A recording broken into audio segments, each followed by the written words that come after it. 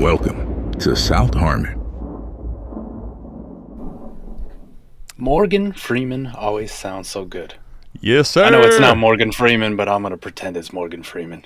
He's narrating our lives. It certainly fools me, Has me fooled. Close enough. Close enough. AI Morgan Freeman? I think it's the Should we go with that? the shit version, the shitty version of Morgan Freeman. The Costco version? There you go. The off-brand, if you will. We haven't done that in a while. Costco Freeman. Costco Let's Freeman. go. That's kind of nice. I like that. What's good, everybody? Welcome in Wednesday night AMA. We are live and in person. Hey, we're rocking black jerseys tonight. Like, solidarity. Look at this. Zero. I had a feeling you weren't going to know. Disappointed. Oh, well, Gibbs changed his number? Yeah, sure did. My man. I got it. Yep. Come on. You act like I'm fucking amateur, all right? Well, I mean, disappointed, I'm disappointed. I can't believe you I'm disappointed. I'm disappointed for already. I'm disappointed for everybody that doesn't know. And speaking of which, I can't control what these players do with their jersey changes, with their trades. Lose people to unruly trades is just certified shit. Okay, go get your new one because it's gonna happen. All right, certified.sh.it. Go get yourself a new jersey. Hey, Jake's here with the super chat. Hold on, let me give this kid his proper due. 99 Appreciate cents. it, Jake. Pre-game Dude, crew. the dollar menu has not left here, okay? It may have left a lot of places you go through fast food. Not here. I give Rob Gronkowski shit. I gave him shit on Tuesday night's mock draft with Fizz and T-Rock. Man always in here asking questions. Still can't get him to join the Discord. And I just remember the last time we tried to, he was like, I don't got money. It's like, it's $1, bro. No super chats. No super chats and no Discord, Mike. It's just the way we roll. Speaking of, we got another super chat. Random Bob, man. Look at this guy. Man. Fresh off of disrespecting me last night. He's back. We're trying. And, well, Mike, I'll tell you one thing. We got $6 in. We need quite a bit more to make up for this Gibbs jersey, but we're on our way, We're on our way. That's true. I can't believe you got that thing already, man. The man hadn't even played it down in zero. You already were rocking it. Look at you go. I'm just replacing. Honestly, Mike, what's great? I'm getting a new jersey, but I'm really just replacing them. They're replacing the 26. I'm just replacing jerseys at this point. That's true. I got a lot of jerseys to replace. I got faith, buddy. Let's not even put that in the ether. Let's not even pretend. We got I can't figure out these third round running backs. My instincts tell me Hunter, Brashad, or Giddens. Mike, you want to get into this? Flocking Flock wants to talk about some third round rookie running backs. I think it's a fair question and a good question. Let's discuss. Yeah, let's. Brashad is the last one. How about that? Of these three, I agree. Yep. I don't like him. I think I've taken plenty of shots, but I'm typically more getting him like in round 4 if I'm pushing the button on Brashad personally. Yeah, I'm rocking with draft capital as just my tiebreakers. You know what I mean? Sure, absolutely. Just gonna go with the draft capital. Listen, so it's round 7 for Brashard Smith for those, Yeah, a few rounds difference. It's a little late, Just a little. I love him. I love his talent. I love the opportunity that he has in Kansas City. But dead last out of this, Hunter and Giddens, same tier. And the way I've approached it all rookie season so far is, what I take last time. I took Giddens last time. All right, I'll take Hunter this time. I took Hunter this time. I'm gonna take Woody Marks. He gets forgotten out of this too. I don't know why. He's Woody. Just falling out of drafts. It's crazy to me. Probably I did a great pod with Eric. You guys check it out tomorrow. But one of the ones that I just don't get at him is Dylan Sampson because everybody seems to like him too much. You know what I mean? Like I just where is too much? Yeah, where is that for you? Let's talk about that. Sometimes he's like early third, and it's just it's just not. I'm not in that range to go ahead and go. Yeah, I have to take him. You know what I mean? I think that's exactly. I think the way you just phrased that to me, Mike, is exactly the problem or the conundrum with Dylan Sampson. It's like, where you're gonna have to take him, you're gonna have to do it at the start of like a new tier break, which doesn't ever feel right at all. Yeah, you don't want to be the first one to lead it off. I'm much more comfortable if I let everybody else make the decisions for me. You know what I mean? Sure, of course. It's like when I ask my wife where she wants to eat. I don't tell her where I want to eat. I let her make the decision. Well, you try as long as she'll make it, because sometimes you have to do it. But unlike my wife, my league mates usually make the decision for me. How about that? They're pretty good at that. Well played. Actually, Like that little pivot from you, pretty spot on. I love that. By the way, we've got a Easy E. Look at this guy. What you want to come in here and just derail things? This is what my guy E will do. I love this. What's his favorite thirst trap on IG? Mike, this is a good question. Now, see, I'm an actual, unlike Rob Gronkowski, I pay for my content. I support my content creators, so I don't go on Instagram. Listen, speaking of which, Mike, we only have shit here because what do? We support our content creators in a big way, Mike. That's one thing we have in common, buddy. We do. I go right to the OnlyFans source, Eric. I don't peruse the Instagram. Let's go with the clothes off right away, right from the jump. We're not fucking around here. It's time for fuck around time. There's time for business. Speaking of, let's get to business. So let's put names on this thing, okay? He wants to know names. Sophie Rain was pretty mid. There's this British lady, and not only is she gorgeous, but the accent, like, God damn. If you thought you liked that Morgan Freeman star, you wait till you hear this. I didn't realize how much I love a British accent. Oh, for real? I was like, oh yeah. Oh yeah, dude. It's I'm with you on that. Dude, if I give me a hot British girl to just talk British to me in my ear all day. Doesn't even have to be dirty. Just talk British to me. Just talk British to me. Just tell me how the weather is outside. That's all I need. Mike's mixtapes on. Talk British to me. Talk British to me. I'll settle for Australia or New Zealand. It's kind of the same. It's like it's got similarities, right? It's like country British. Yeah, you know what I mean. A lot of mates going on. I played with a kid from Australia. It was mate. Everything was mate. Everything. It's like how America's a big country, but you listen to how I talk, and then you listen to somebody from fucking southern Mississippi, and you're like, "Are you guys sure you're from the same country?" Farmer Fran shit. Oh boy. Home and way you make it. Can I tell you one of the best things about? Well, there's a lot of things to like about AMA personally, but one of my favorites is we can go from third round running back straight into OnlyFans and British and Australian accents. Buddy. What up? No, back to the third round running backs for rookie draft purposes. Here's another thing. E brought this up, and I've completely slacked on this too. Okay. We forget because Sleeper's ADP is still like fucked, and it's like an endless cycle of still being fucked. On whom? Trevor Etienne. Always. I actually, Mike, I got him in the cook-up startup we're doing right now because I got to the point where. So in that startup, this is the Fizzle startup where you do 3 rookie picks up front, right, and then you go 4 beyond as everybody else. Mike, we get to the point where I'm like, man, it's getting gross. I'm scrolling. Holy shit, Trevor, what are you doing down here, buddy? Come on. I got a home for you, man. Let's bring you home. I got him in like round, I forget. It was just recently, I think 19. So picked up for what it's worth. I like Tootin in the pre-draft process. I like Cam Scatabo in the pre-draft process. But I like Trevor Etienne. Woody Marks was interesting. Jarquez Hunter was interesting. Dylan Sampson, you're a big fan of. DJ Giddens, right? We're talking guys that went within a round of each other. Other than Giddens, everybody else is in the 4th round. But somehow Tootin and Scatabo go sometimes in the early part of the 2nd, and Trevor Etienne goes undrafted. Now, riddle me fucking dumb on this one. How does that logically make any kind of fucking sense? Well, let me start here. It just one thing you actually, Mike, we talk about jokingly, but always with a little bit of sincerity. Fab money, buddy. Something I want to have a lot more of, honestly. Yeah. We get through this with this shitty draft, right? We call it the shitty class, and I don't disagree personally as far as the totality of it. There's like 10 to 12, 15 players, depending on how many rounds we've had, where I'm like, holy fuck, I want to bid on this guy. Like, I want to bid kind of a lot on this guy. It's kind of crazy. Like, I don't want this guy to get him, but then I also contemplate, am I going to contend later? Do I need this fab in fucking November? Because I probably do. Dude, yes, I'm with you. Dude, if you got off-season fab budget and it resets at the start of the season, that's the one thing you need to check. You got to check this. Some of these Toys R Us leagues, like the amateur hour leagues, because they do exist. Right? It ain't the right way to do it, but some people do it. If you got one of those leagues, fucking blow it all. All of it. Like OnlyFans. British accent. Let's go.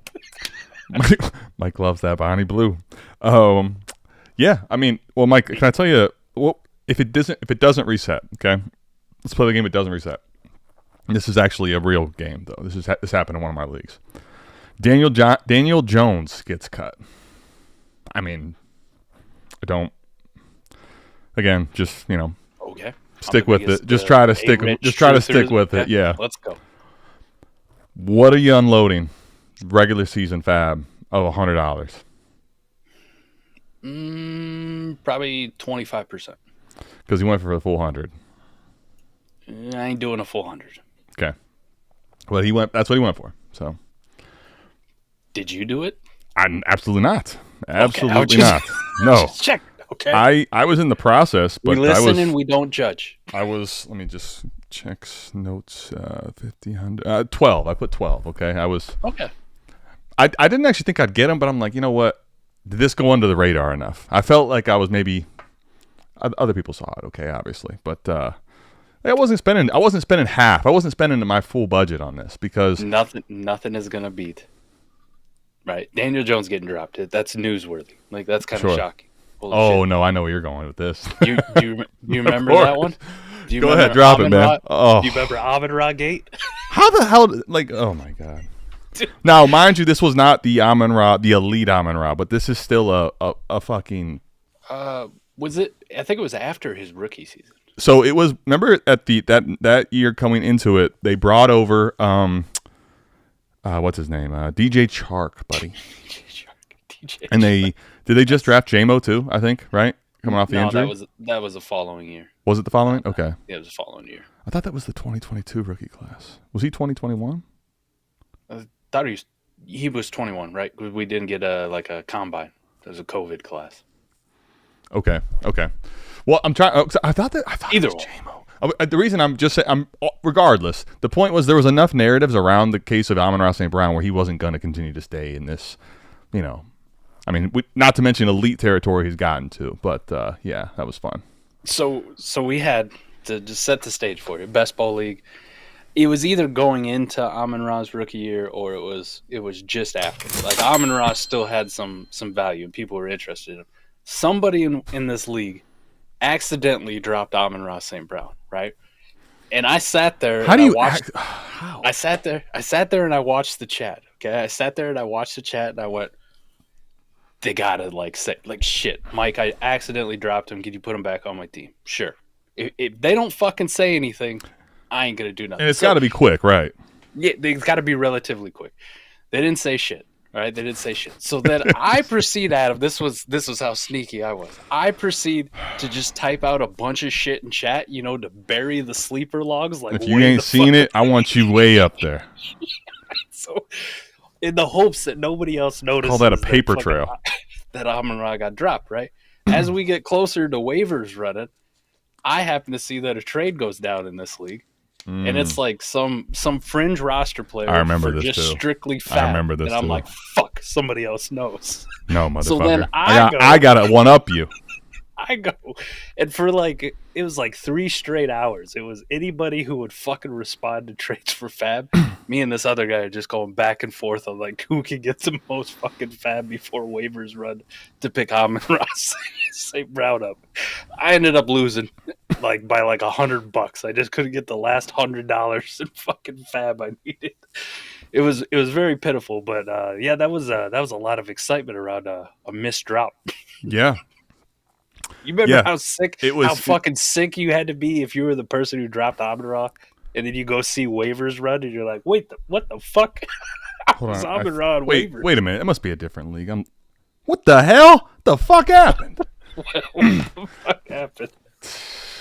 I mean, I don't get how you. Well, let's not even entertain. I mean, I've fat fingered some stuff, Mike. I genuinely don't think I've ever fat fingered dropped somebody, and the reason I think that's the case is because, in draft, I fat fingered a draft because one of the things in sleepers, when you hit draft, there's not a confirmed you want to select this player, right? It just goes fuck. Still rare, but I have done that. Drop, it asks you, are you sure you'd like to drop this player? Yes. You didn't fat finger it. You fucking hit that button twice, you dumb son of a bitch. Fuck it. We're out. Dog, that's just crazy to me. Peacing out. Fuck this guy. I don't like him at all. Not Trip Crown. Even fourth year Amon-Ra had value. I believe in that rookie class. When we go look at ADP, he was like the 208 even after being. He was anywhere from that like late second, early third. Every time in that rookie. But this was in his. Was this in the 22 season? Was this in his second season? Right. I think it was after his rookie season. He had like that 4 or 5 game stretch his rookie season. I think it was in the off season, somewhere around 2022. This time. Yes, probably pre-draft too. Like we didn't know anything pre-draft because that's probably right. Pre-free agency. And Trip Crown put it in there, right? So they did draft J-Mo and they brought over DJ Chark, and there was a narrative. I remember very vividly. Like Amon-Ra was going like 7th and 8th round in startups. It was like that sounds insane now, but at that point it was still like very. He was polarizing. You either believed or you did not at all. Oh, I still got a tweet bookmarked, I believe, of the DJ Chark thing. Pull that thing up. I'm going to pull this baby up, man. I got to find this. I like to save shit like this just to be a fucking cocksucker. That's what the pin button's great for, you know? So, tweet from Ian Rappaport. The Lions are expected to sign former Jaguars wide receiver DJ Chark. Source said they got their big ticket pass catcher. This is March 15th, 2022, Adam. Their big ticket pass catcher. This guy named Devi Kane quote tweets it. This does not really help St. Brown. Time to get rid of the rest of my shares. And it was in that moment he knew he fucked up. Hey, yo, you know what's crazy too? Which is perfect because I actually responded to this tweet too. I had the ball. No. It wasn't just me and Steve. Wait, you? Yeah, no, I can't imagine you stirring shit up. I did. Doesn't sound like you. Same fucking day. Just the opposite. Well, Mike, this is where see what I would like to do is stay quiet. I say, hey, I see you're looking to get rid of Amon-Ra St. Brown. I can probably help you out with that. What a fucking so what DJ Chark, Mike, had one good season with Gardner Minshew, right? And a awful Jacksonville team. Is that right? Yeah, he had a couple years, but you remember he was it James Robinson that ran into the back and fractured his ankle? Mm-hmm. That was fucked up. And then that was actually what was, I believe, he was coming off of that same thing going over to Detroit, wasn't it? I'll have to go back and take a peek. I'm not 100% sure on that. Yeah, because it ended his season early. Right. And then we didn't see him the rest of the year, and then he left in free agency to Detroit. And so he had, Mike, when I say he had one good season, I'll still stand on that. He had 1,000 yards, 1,008 yards, and 8 touchdowns in 2019. Following year, to your point, he did get hurt, but he played 12 games, had 706 yards. So he's on his way to 2 consecutive not sucky seasons. The next year, though, was when the ankle injury happens. 4 games played, fractures the ankle, out the rest of the year, goes to Detroit, to which for the remainder of his career he had less than 70 catches. God damn. There was a moment, though. DJ Chark. Pour one out. You remember that one? DJ Chark. Absolutely, man. He was going, man. This is awesome. Anyway. This is great, too. Some guy named Pat Alexander also commented on it. The deep threat wide receiver is really going to fuck over the short to intermediate slot guy. Bingo. Probably, great analysis. Especially with J-Mo and Chark, they won't open anything up over the middle. No chance, you know? That was fucking awesome. Oh, I remember those days. How about the Amon-Ra? That's always going to fucking Amon-Ra live. Gate. Just selling my soul for Fab to pick up. It wasn't like it actually wasn't anywhere near as exciting as far as like a dropping of the player. But I remember the one year, so it would have been not this last offseason, but the prior offseason, which was the 23 offseason. Like we did so many of those different auction startups in Sleeper, remember? So I was one of those. It's a tough game, the auction game. I was saving the hammer for last. Mike, let's just say at a certain point you realize like, damn, I have all this money and it's just not that sexy out here. It's not very sexy time, you know? Like I was not even very in on Rashee Rice at the time. But if you remember, he coming out, he was pretty polarizing. He was like all that was left. So I forget who it was. If you're in, he's a shithead too. So if you're in the chat here, let it be known. Don't fucking hide away from this. Mike, he had me buy $1. So I'm going through and trying to find every team that has any money left. And I'm like, hey, if I send you a future third, Mike, I'm sending a future third for like a few bucks. I'm basically already paying for him with my future pick, like, and it could bust. But last minute, got that extra $3, I believe it was, to get Rashee Rice, and I'm thinking he's going to end up sucking. It's actually one of the few players, Mike, that I didn't curse his career by doing that, you know? Believe it or not, his value's still high as hell. I got a couple other just happened to pop up on bookmarks that Pull I it saved up. forever. DB's Pull it gonna up. love these. DB loves. I'm gonna This grab another bull. Go ahead. What do you got? Y'all imagine that you another Red Bull. Another bull, you know? These are trip down memory lane. How about this one from March 19th, 2022? Okay. All right. I've come to the Talk conclusion British to me. that the variance is too high in fantasy football to promote rebuilding. Oh my God. If you're scraping by for an RB2 or a flex with someone like Ashton Doolin, you should still be riding it out. Shout out Malone College, baby. Right here in Ohio. Ashton fucking Doolin. That's that bull, I'm baby. fine, man. I'm still going for it. Ashton Listen. Doolin in my flex. We got this, baby.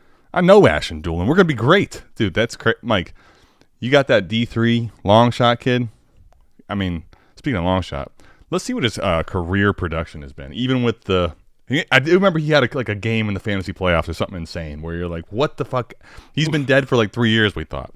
Who the fuck is this guy? Let's see what his production has been. 517 yards, Mike, over the last 3 seasons. That's not bad. That's honestly, you know what, Mike? It's 517 more than I got. That was about what honestly Ashton Doolin's career is about what DJ Chark was in Detroit, you know? I got another one for you. All right, shoot. This is from March 23rd, 2022. Apparently I was in 2022 I was just bookmark happy, baby. Remember when the NFL schedule released today and you thought we were talking about that? How about Ashton Doolin, baby? This is a very serious concern. Sell Tua now. This is probably your last chance. Mike, Checks look who it is. 2025. You guys taking questions. Well played, For Rob. Super Chats, Rob. Well played, Rob. Or Discord sub. And then one more. This is October 31st, 2021. I hope you didn't pick up Elijah Mitchell. What a waste of fab. We are, Go Rob. get Damian Williams. Remember that was Elijah Mitchell's breakout with the 49ers? But Mike, I will say, while pumping this, you also were a big beneficiary of that Damian Williams finish that year when you won that league. Remember that? Oh, yeah, at the very end? Mm-hmm. Fuck yeah. Absolutely. Yeah. So let's just make sure we have both stories straight. That was actually a hell of a pickup. Holy crap. Oh, my God, this is That great. you know what? That was our first year in best ball before we really had any idea truly what we were doing there. And you cleaned up, buddy. Year one. We got one with Kenneth Walker. This is good.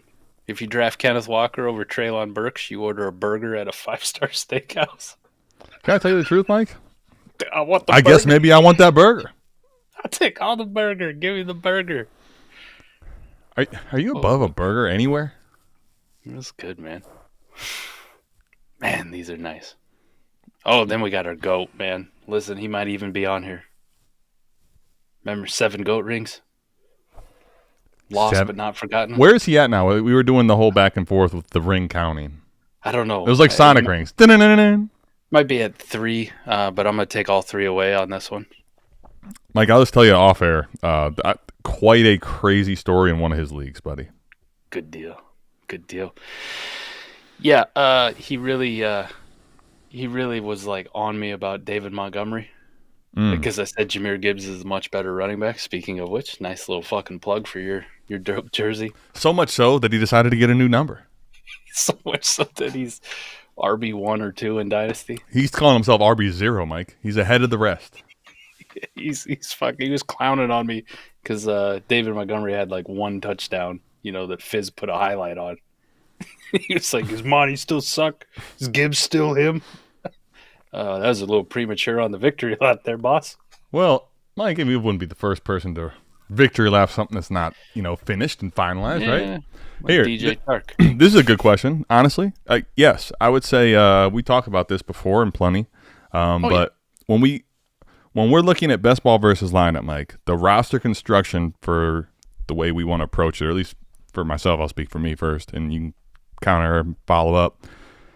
It's very different, right? Where in lineup, I can basically put on my roster on the bench and in the taxi, if I have a taxi, tons of bodies that they're just in waiting, right? That they're just in waiting game. In best ball, I want to have, let's say I'll pull up the Warp tool. Shout out Warp, right? pull up Warp Tool, show you this, how it actually, what this thing does for you. But, Mike, I'm probably looking at, depending on how many roster spots I have, like I want to have, when I call my roster construction, I want to have 6, 7, 8 backs, depending on how deep my roster total number is. I'm talking like top 40, 45 backs that I think get enough regular touches to where they're getting that amount of volume is guaranteeing them a floor in that range and potentially a ceiling of higher. Because once you get past about that range in running back, what do we know? They're the guys that aren't going to get the touches. So they're closer to zeros, if anything, in best ball. And I'd rather have those actually in the receiver spots, which they're on the field at, say, 60, 70% of the snaps. I don't even care if they stink. I'll put them on my roster, right? I would say this year particularly. Now I could say last year I did a big startup series, like startup strategy. Mm-hmm. Last year we were coming off the tail of running backs on this like downward trend, and wide receivers just being like everything everybody wanted. Wide receivers and quarterbacks. That's all we wanted, right? Running backs were really 100%. on the downward spiral, right? Last year kind of reset the running backs won people fucking leagues left and right. Saquon, Derrick Henry, sure, Bijan, like the boys, Jahmyr Gibbs, the boys did it. Like they did their fucking thing. So far this year in startups, like that strategy I had last year where, listen, I'm not touching tight end or running back before round 10 in my startup. I'm going to take all wide receivers and quarterbacks. Last year, that worked out fucking great because I was getting James Connors and Alvin Kamaras and Derrick Henrys and Joe Mixons. 10th round plus, you could basically hammer running back for 6 rounds and get starters, honestly. You can. This year in the couple startups I've done so far, Adam, we start to get to round 10, and I'm like, dude, we got like 4 or 5 we're already left. Well, Mike, because you know what? I'm talking about territory. I'm talking about on a video, one of my more recent ones. I have DeAndre Swift as a value at running back 29 in round 10. So, to your point, exactly that, right? You're already getting to the point of, all right, we're scary territory now, Yeah, last year, listen, I probably pull up a Deco's ADP from last year at this time. Yeah, you can. You can go to the filters. It felt completely different, especially like I wanted to go with that strategy. I'm in that Fizz League, our Friday night league, right? Mm-hmm. I'm in that startup. Yeah. I took Bijan Robinson in fucking round 1, Adam. I would have never done that shit last year. Yeah. We weren't even talking about running backs in round 1 last year. Now we got 2, sometimes 3 in round 1. It's fucking nuts. And you know what? I think because of the point you're making too, Mike, like in lineup, I think especially that strategy was where the narrative was kind of built around, I think, the lineup version of Dynasty, which is still the by far and away more popular format. To your point, though, right? In best ball, because that was still like the startup ADP and the way it was going, dude, in best ball, that was like the play. Bro, if I could get I could get a hero RB somewhere in the first like 8 rounds. And then, like, I'm going round 10 to round 17, 18, just grabbing. Like, even at that point, like, I'm not even very high on the guy. I think you weren't either. But I get, like, round 16, 17, sometimes, like, Tajay Spears or somebody like that. Like, I'm just continuing to just tap the button on running backs. So, right now we have just a shit ton of running backs. But last year at this time, Adam, you're looking at Najee Harris at the backfield, and mostly to himself, round 9. Yep. David Montgomery splitting time in a good running offense, round 9. Yep. Listen, we thought Zamir White was going to be the dude, round 9 in Vegas. Aaron Jones in the 10th. Tony Pollard just signed that in the 10th. Just signed that free agency deal. Brian Robinson. Tony Pollard, for the record, Tony Pollard sneakily was a very decent option at running back last year for that cost. James Conner in the 11th, Austin Eckler in the 12th, Chase Brown in the 12th. Chase Brown in the 12th. What else we have here? Yeah, you had Jerome Ford in the 14th. Mostert busted, but Mostert and Chuba were the same range too, right? Mostert obviously busted terribly. J.K. Dobbins in the 15th. That one was crazy. Bucky Irving in the 16th. Like you had some shots. It's not that it's completely different. I'm just saying right now here in fucking May doing a startup, when I get to the 10th round, I'm like, there's like 4 dudes I really like. Listen, this dude's got a starting job. I just named like 6 or 7 last year that I felt much better. It felt like I almost doubled in my choices, which now sitting here in a best ball startup, like I'm a little bit more apt to take my running backs a little bit earlier so I can get those solid guys, because I don't really want to be dealing with, is this guy going to have a role or is he not going to have a role, or is he even going to fucking make the team? Is he going to be on the roster come week 1? Mm-hmm. He's going to get cut, or they're going to trade him somewhere else. I don't know what the fuck's going to happen. So, yeah, definitely in best ball, if you're trying to compete and build a contender out of a startup, I'm a little bit more apt to take those running backs early, and then the wide receivers are the ones that later on that I'm just going to throw a bunch of shit at the wall and see what sticks. You know what, Mike? You want to play a little? You want to take a peek at Warp and at a draft that's going on? Yeah. Talk about a little of the startup here. Let's pull up. Yeah. Let's pull up the cook up. Let's go ahead and do it. Let's see what we got here. I might have to move our big noggins, but we'll. He's got some wild running back scoring in that league. I know that much. Look at this. This is Dynasty Best Ball, so this is one to show you real quick while I'm running the cook up real quick. Mike, this is a best ball league, right? And look at this green, Mike.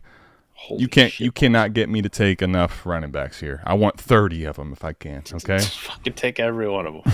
Yeah. Just all of them. That was where I took Bayshal Tootin at the 203. If you shout out to the Dynasty Trade Show, but I'm gonna run. Oh, I'm running Dynasty Best Ball again. My dumbass. Just as long as you're not letting Trevor Etienne, drop to the 5th round. Well, Mike, I didn't have any more picks, and he fell to waivers, so we'll see what I get, what I have to bid on him. So here, cook up, looking actually pretty similar. Oh my gosh, right? RB heavy.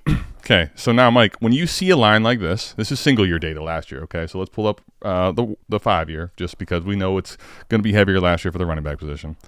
And then I'm going to get your thoughts, and we'll go take a look at the real startup ADP here. Or not ADP, actual startup. Actual draft? Yeah, what's draft. happening? Yeah, not the ADP. So let me take that we back. ain't ADP and shit. Real shit. Okay. So your running back line's staying pretty much even with quarterbacks. Yeah. Yeah, it's I mean, dude, and over a 5, Mike, think about, this is over a 5-year span. So this includes the year which killed the running back position, right? The down years, yeah. The down years of the running backs, and they're still up there. So with that being said, I'm going to take a look real quick at roster construction. All right, let's see what it says. And I'm curious what you think about seeing that warp chart and where you'd be at with roster construction. Although it's just showing me blank for some reason. But yeah, fuck it. Who cares? It's shy. All right. It's a little bit scared. It doesn't want to tell us. It wants to have us say our truth, It's not very good at this OnlyFans thing. Yeah, it's kind of odd, isn't it? Let me also take our big, huge faces, while they're great and all, out of the way from the beautiful board here, huh? Yeah. All right, Mike. Let's see what we got. Let's start off at the top here. So you gotta remember too. A lot of these people may not be familiar, but this is Fizz's creation. Shout it out. Draft rookies in the first 3 rounds, and then all the vets start in round 4. Right. Yep. So that's why you have so many rookies up there at the top. Yep. And Mike. So here we go. Okay. Genty, and that's so the first 3 rounds at rookies, and it was snake style. So I have the 102. I took Hampton. Would that have been your pick there as well? Let me just pull this down actually we'll start at the top. I'm probably still going Cam Ward just for the flexibility, but you're not going wrong with that warp line of taking Hampton either, right? Yeah, I was leaning into it at that point of the warp line, why I went Hampton. But again, Cam Ward comes off at the 4, and you see Koopa, though also very into the warp. He's like, hey, I'll happily take Cam Ward here. Yeah. Fizz took Travis Hunter at 103. That probably, and I love Fizz to death, but that just wouldn't have been that my was pick. Very suboptimal. That would not have been my pick. That's all I will say about that. That would have been the last choice out of those three options. And I love Travis Hunter. Just in this league, I love him a little less. I do right? too. In this league, I don't really give a shit. If you got blue next to your name, I'm good, man. We're waiting on you a long time. Yeah, so Genty, it goes around Matthew Golden. You can't see here because of the screen where it's at, but 112 is Igbuka, 201 Luther Burden makes the turn. You see Tootin goes at the 208. Mike, I ended up taking at this point Jack Besh, which one of the things about going back to the warp line was all the running backs at that point kind of seemed like they're coming off. And you talked about, I didn't want to take Dylan Sampson at this point. I ended up getting him on the back end of this when E doesn't take him. But one of the things about this line, Mike, is, okay, if you see how flat this wide receiver line is, Yeah. Jack Bech to me is a guy that just fits into that little mix. I'm fine with it at that point. And a lot of the running backs that really I thought were more safe, Mike, are gone.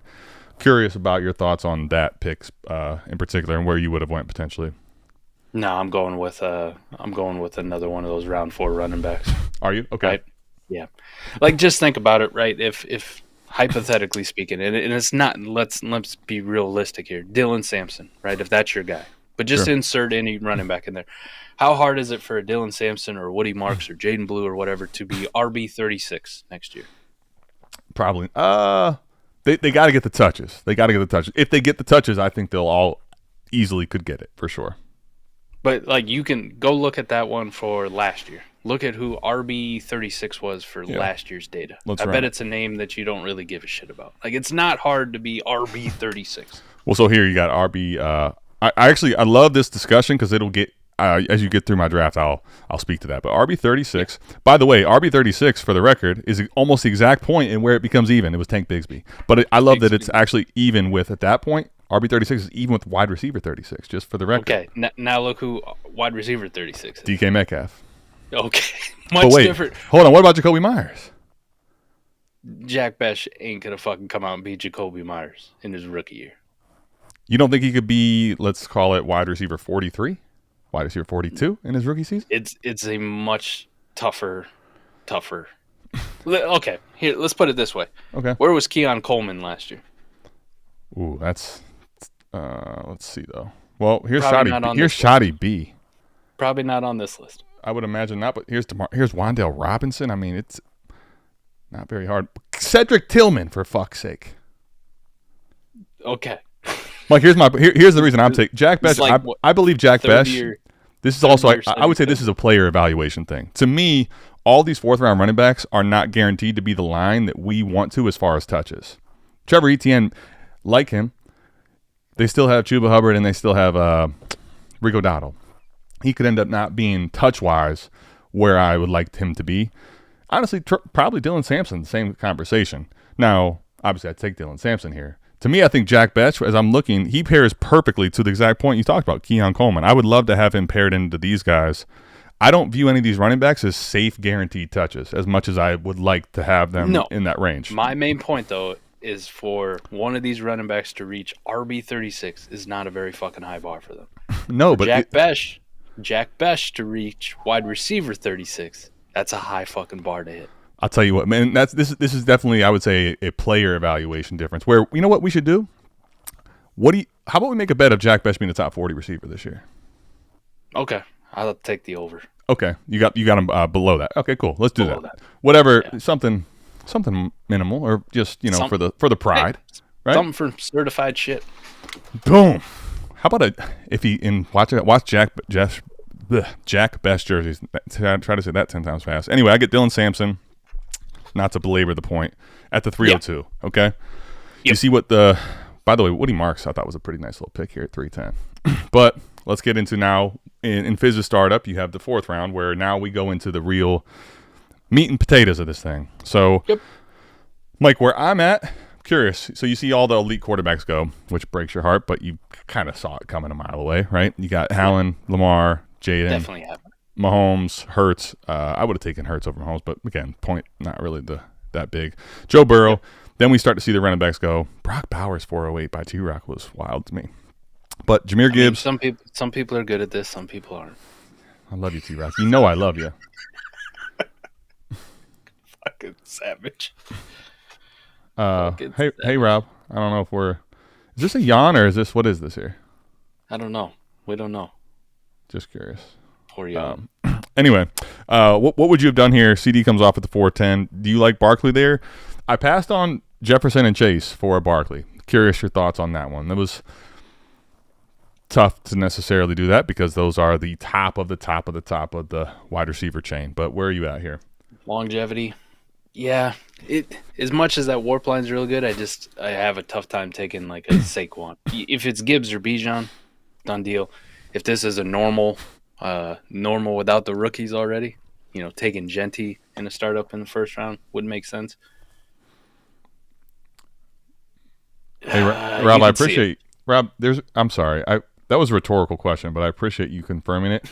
For the record, you are welcome to go at any point. We are not here to keep you, okay? I appreciate your, you're always showing up. He's like Prince, in the Charlie Murphy Real Hollywood Stories. This bores me. Poor guy. I get it though, Adam. Like it's not egregious. It's not egregious. I'm personally doing something else. I'm taking one of those wide receivers or maybe reaching a little bit on a quarterback. But either way, you're good. Like it's not that bad with that warp line. It's the Achane one that I go, that's a little tougher. So okay, yeah. I mean, at this point, to me, the same conversation you're having, where like the Jack Beshes of the world, right? When I go look at warp, this is where to me I'll lean into it, and my startup will look what you should be looking at a little bit more side-eyed, right? Mike, just thinking about this this is single year now, mind you. Just for the record, we can go to a multi-year as well. Basically, if you're not a top 7 receiver last year, it did not fucking absolutely matter at all. Look at this line. Yeah. But you're sitting there staring at top 7 receivers. Well, sure. Okay. But Malik Neighbors, right, was one. And there was CD, Amon-Ra, Jefferson, Chase, right? Chase. Yep. So, Mike, but guess what? Let's see. Let's just use Jefferson for this case. Now, because Chase had I would say maybe his career year. He was unreal last year. 1.639. Guess where Saquon is, though? Yep. Right? Like, to the point, even if we just went to Jamar Chase, I think it'd be Devon Achane of all people. Yeah. I'm not saying you're wrong. No, okay? I'm just... But you're doing this startup more from a redraft mindset, which is completely fine. I'm factoring in long-term dynasty value in multiple ways out, right? Like if this 100%. does not go well for you with these running backs, right? The Achanes and the Barkleys, which we have seen running backs that were great last year fall off a fucking cliff, and all of a sudden nobody cares about them anymore. Yes, you do, Trip Crown. I'll get there. You wait. I'll get there. Your pivots on how to get out of those guys looks a lot less rosy than, listen, my team didn't do well, but I still got Jamar Chase and Malik Neighbors. I think I'm going to be okay. For sure. And I mean, to me, in this warp line, this is also where you have to be a little more alpha about establishing the price points. And now Chase and Jefferson, and probably Malik, if he's what I believe he is, they are in different tiers completely. But the receiver market and the running back market, a lot of times in leagues like this, where the warp tool is known about and active, can become wildly different. Like South Harmon Dynasty Degenerates is a little bit crazier of a warp line. Like I can't trade away wide receivers for jack shit in that league. But to the point Trip Crown had up, right? So now I get Achane, I get Taylor. Honestly, neither one of those picks felt the greatest, but I know how quickly the running backs are going to come off the board and be gone, where I feel great about their overall workload. So into where was it? Trip Crown's point.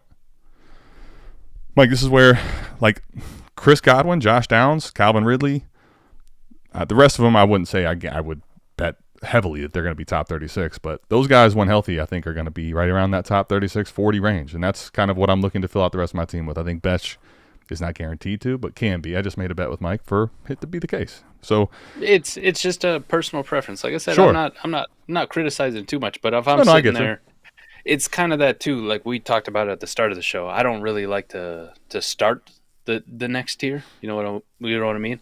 Mm-hmm. Like I don't want to start that next tier of players. Mm-hmm. And by taking Barkley and Achane, like you see, nobody else fucked with running back at all.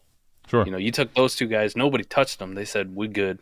All right. Then you take Jonathan Taylor on the way back. And that's all the way back. And it's like I started a tier and it's the same tier of shit. But for 3 rounds, nobody really wanted to touch him at all. Like I don't want to be that guy. Sure. And for me, I think I get that. I also, for me, where I'm in this league, knowing no one's going to trade me starter picks, I'm not going to play this game. I've gone down this path. I'm going to do what I know I need to do for my team, which is then I kind of lean into it again with Chuba and Swift. Mike, after round 10, to your point, right? Now you could get a Montgomery in 10, but past that, you're looking at the old James Conner, who might continue to do it, right? You're looking at Pollard. But look at where the running backs, you're just getting to the point of, man, they're getting thin quick here in this league. And I would much rather take longer shots and just continue to put long darts on my team in the 22nd, 30 rounds, right? All these receivers, and fill my team that way. Where I have now what I feel good about is Hampton, Barkley, Achane, Taylor, Chuba, Swift. I've got what I want, about 6 running backs that I think should be the running back one on their team. Do you feel better? Now, let me just ask you. We'll talk the sequencing question, like how this played out so far. So this is what you got: Barkley and Achane, Taylor. Your quarterbacks are Bryce Young, Matt Stafford. Right. Like these are the players of consequence, and then your rookie pick of Amari and Hampton. Would you feel better? I mean, because just looking at the board, let's say in the first round you went with Chase, right? So now your team is Chase. Second round you went Caleb Williams. Third round you got Achane. So I'm sorry, say it again. Barry, I'm trying to do all these things at once. Barry's asking. I got it. You're not very good at multitasking with well, Barry. I'm pretty good. I'm trying to do 3 things. I'm trying to listen to Barry, and fucking put the warp up. But run that by me again. Barry. Barry, let me finish. You said what? All right. So round 1, instead of Barkley, take Chase. Okay. Round 2, you go. I don't know. Pick your next best quarterback that went after that. Whoever it is. Caleb. Oof. Caleb probably would be my pick. Okay. Yeah, Caleb Williams. So you got Chase. You got Caleb Williams. Round 3. Let's say somebody did take Achane, but there's a realistic scenario coming back. You would have got Achane. Oh, I don't believe so at all. 6'11", 502 to 6'11", 0%. No way. You don't think so? Okay. Well, that's fine. So Jonathan Taylor then is your next one. Yeah, I can still get my same Jonathan Taylor there. Yep. Okay. Yeah, you have Jonathan Taylor, and then instead of Bryce Young, Derrick Henry. Okay. Right. So now you got Chase. You got Caleb Williams. Mm-hmm. You got JT. Derrick Henry. Mm-hmm. Now where you go? Like, how do you feel about that team versus, what we currently have? I feel like it's safer. It's a safer dynasty team for sure. But I feel like my team currently has a higher ceiling, which is what I'm kind of shooting for with this build. Once I decided to go with Barkley there, the one thing I did is kind of lean into and know my flexibility is going to be a little bit more risk averse. Also, it's kind of a little different strategy where the rookies are coming off the first 3. Normally, Mike, I want to stay super flexible till probably round 3 or 4 if I can, especially maybe even after. With the rookies already, like, shit, man, I made the Hampton pick at 102. I kind of felt like I was already leaning towards, I got the running back. Like, let me just lean into it earlier. So that was kind of why I went that way. To your point, though, it would have been a safer dynasty build, I feel like, for sure. My next question, being so loaded on running backs, right? Which running backs are going to, especially the running backs you have, other than Amari and Hampton, right? But we can agree that Saquon, Achane, Taylor, Chuba, Swift, that's only going to appeal to a certain group of this league, right? Sure. Like the contenders, right? The people who are fucking tanking or, like productive struggle and all about youth, they don't want to touch these dudes. They're good. Like, don't even bother to try to trade him to me because I ain't doing it. So let's talk about a little bit out. Your quarterback room's a little bit fragile. Would you agree with that? With Bryce Young and Matt Stafford? Yeah, the only 2. And I need to probably try to buy one at some point, which I have my pick still. But yeah. Yeah, you got your pick, and let's say best ball principles. You're gonna want to buy a third, even if it's a Geno 100%. Smith or Brett. You're gonna want to send that fucking first to get another quarterback and get that third option. Definitely. So let's just say that we're in season, and knock on wood, I don't want anything bad to happen. What's your out if something happens to, let's say, Matt Stafford? Either he's older, he gets injured, it's a back thing, he's had that before. You have no Matt Stafford. Your third quarterback's a Geno Smith level type talent, and your team is built on running backs, which aren't easily tradable, to a lot of people. How do you unfuck that is what I'm trying to get. Like, what's your out? I think it's a great question.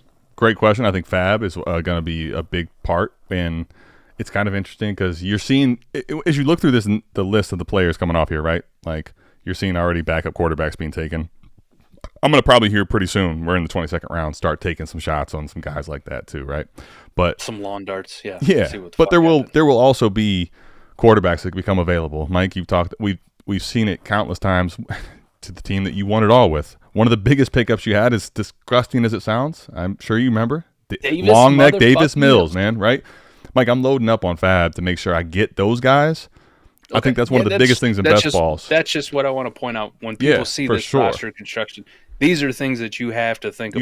You got to think out 10 moves ahead, 100%, right?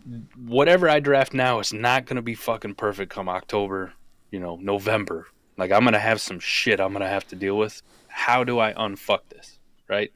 But this is why I say, like, in May, for me personally, Adam, this one has a massively high ceiling with that Warp Craft. Like, massively high ceiling. If those running backs fucking hit, Bryce Young is, continues to be Bryce Young of the end of last year. And Matt Stafford is continually underrated, a good quarterback too, and plays the whole year. I approach it with a little bit more cautious. Like, listen, if this team ends up, Jonathan Taylor fucking sucks, and he gets hurt or whatever the fuck it is, or Matt Stafford doesn't do shit for me, right? He ends up getting hurt. I have Jamar Chase, right? Like, I have a Malik Neighbors. I have something where I can go, get out of jail free card. Who the fuck wants these guys? Which is the answer for your league is everybody. Sure. Everybody. Sure. If I go try to sell Saquon Barkley, I got like 4 dudes who are like, I'm interested, right? But those are the guys I'm trying to fucking compete against anyways. I don't want to make your team better. Sure. Like, if I sell Jamar Chase to a rebuilder, I don't give a fuck. Jamar Chase ain't going to come back and beat me in the first round of the playoffs. The one nice thing I will say to that point, this is, I think, something to keep in mind as well, when in startups, Mike, I feel like a lot of times in a league like this, when I'm looking across these, I haven't been able to pinpoint somebody where I'm looking like they think they're punting. Right. So you have a earlier window in the first year to actually get – it's not as picked over as far as directions, right? To your point, if you have this same build in year 3, dude, you literally have maybe 4 or 5 buyers. Right now in year 1, you might still have some teams that are willing to send their futures away. So that part I thought about a little bit, but at the end of the day, Mike, this is one of those where, given where I was at, I wasn't going to get both Chase and Jefferson. Like, I would love to have been an E situation. If you tell me I'm going to get both, Mike, I'm probably 100% taking Jefferson and Chase. Knowing that I was going to get one, I went ahead and Ridge Runner in the middle there. Went little. Ridge Runner's punting like a motherfucker.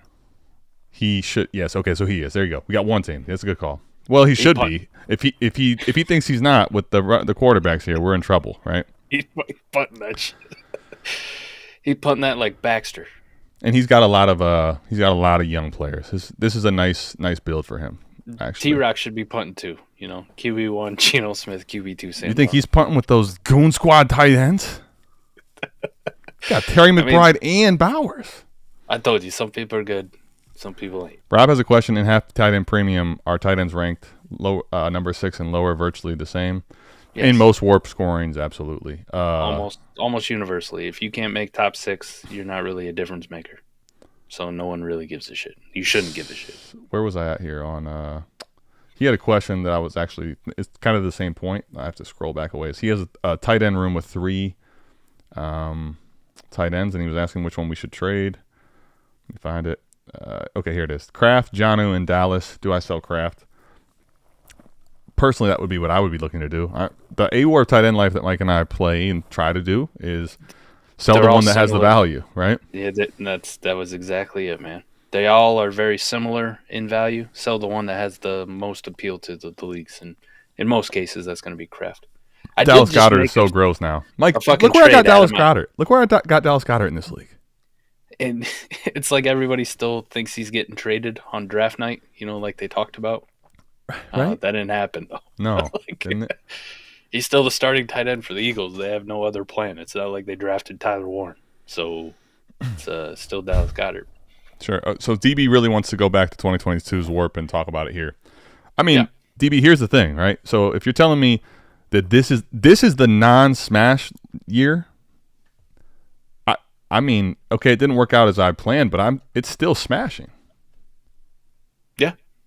Like this, if this is the down year, it's going to come down to, are those guys healthy, I think, right? For the elite running backs, right? Like you sit there and you look and you go, yeah.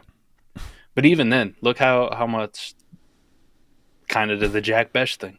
Yeah. All the way down, right? Like how much easier is it for a running back to be a difference maker and make it into the top 36 in a fucking down year versus the wide receiver?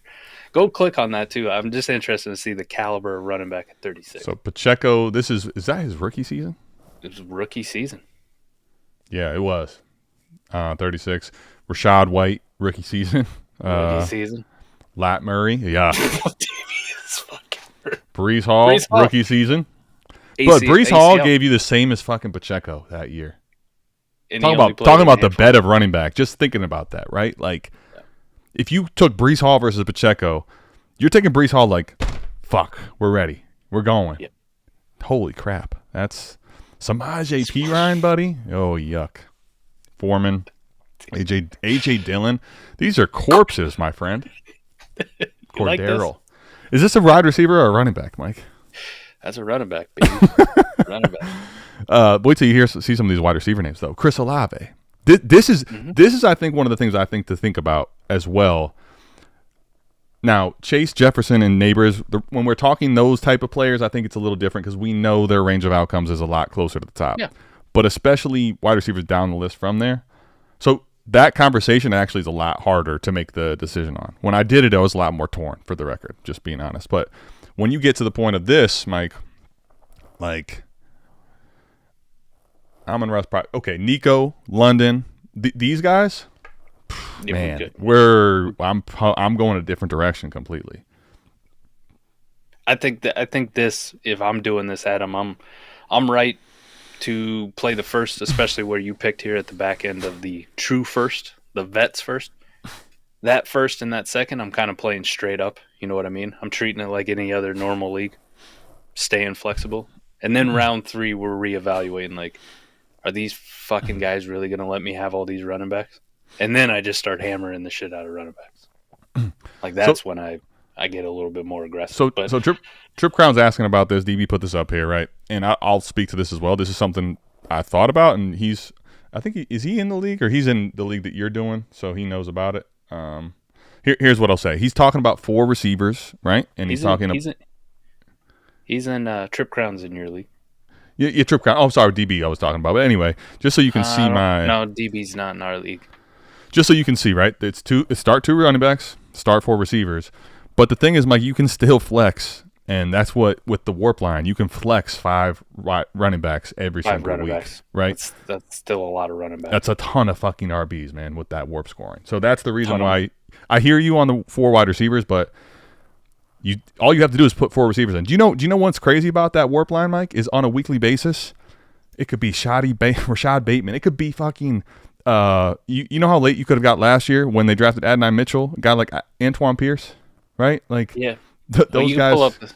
You can pull up the scoring for that league. Fizz has it pretty fucking juiced to the running backs. It's not necessarily just the roster. A lot more is the points per carry, for sure, points per first down, that whole thing. I mean, you start adding points per carry into leagues, and you watch warp graphs just fucking massively fly up for running backs. Right, and well, this is where the DB with this, right?